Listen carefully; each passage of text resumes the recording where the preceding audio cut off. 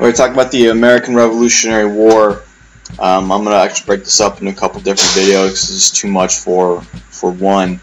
The Revolutionary War is going to last from 1775, excuse me, to 1783.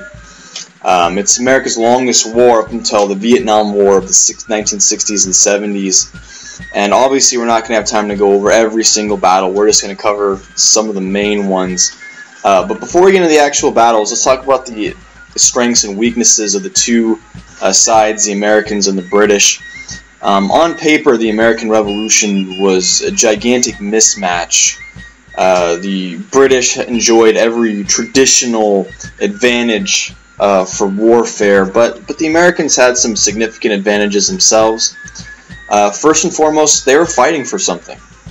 They were fighting for their homes, their families, for their rights, their freedoms, and that's a very, very powerful motivator, and you can't ever neglect that. We will see a couple different examples throughout history of a much, much smaller army with greater motivation defeating a larger army, and the American Revolution is definitely an example of that. They're also going to use some unorthodox tactics. We talked about the guerrilla-style warfare, the French and Indian War that was used so successfully against the British, and the American colonists are going to copy that. They're going to use ambush tactics, hit and run, trying to keep battles more small scale, more spreading the British thin, slowly wearing them down. Of course, there's going to be some larger battles as well, but for the most part, they were trying to keep it on a small scale. And we had help, most notably from the French. There are other European powers as well, such as the Spanish, who helped us out, but the French were the main one, and they are going to provide us with vast sums of money, so much so, in fact, they actually go bankrupt themselves. But they're also going to use their army and their navy to support us, really making it a world war and spreading the British forces that much thinner. Now, of course, the British, big, powerful, military, well-equipped, a lot of experience, well-disciplined.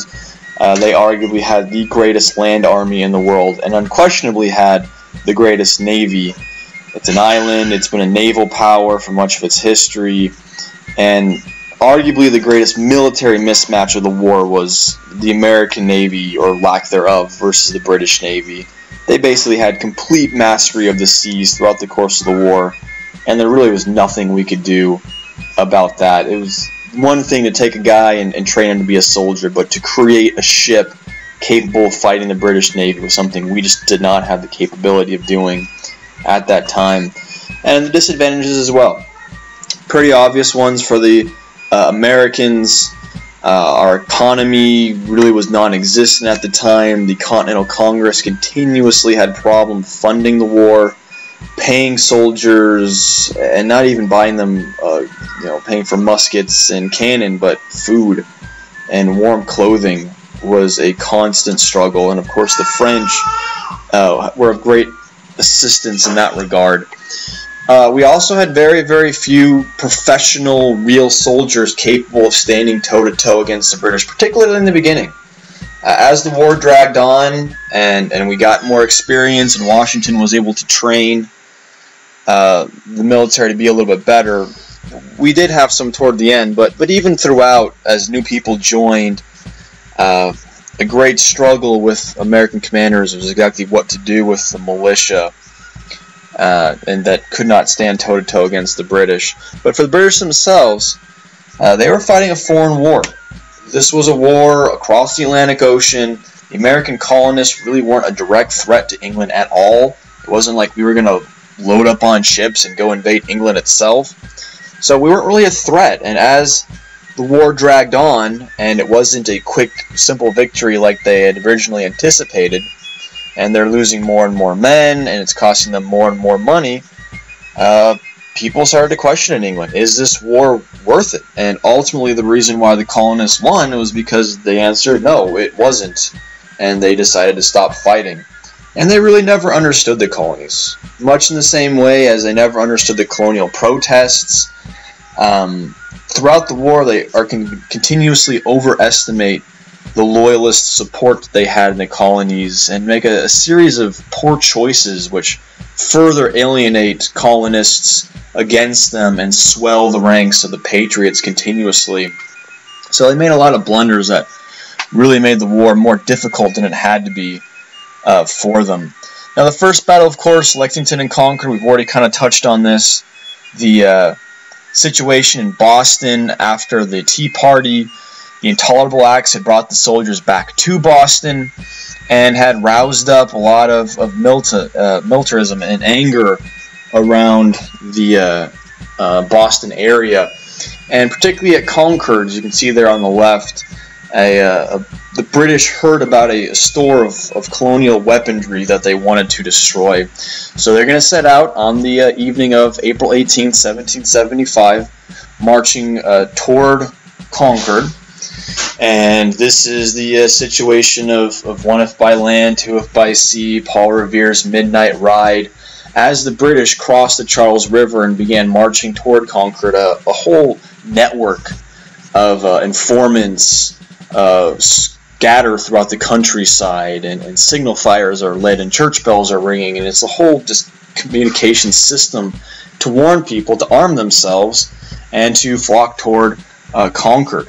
And of course, the first place the two armies encountered each other was at Lexington.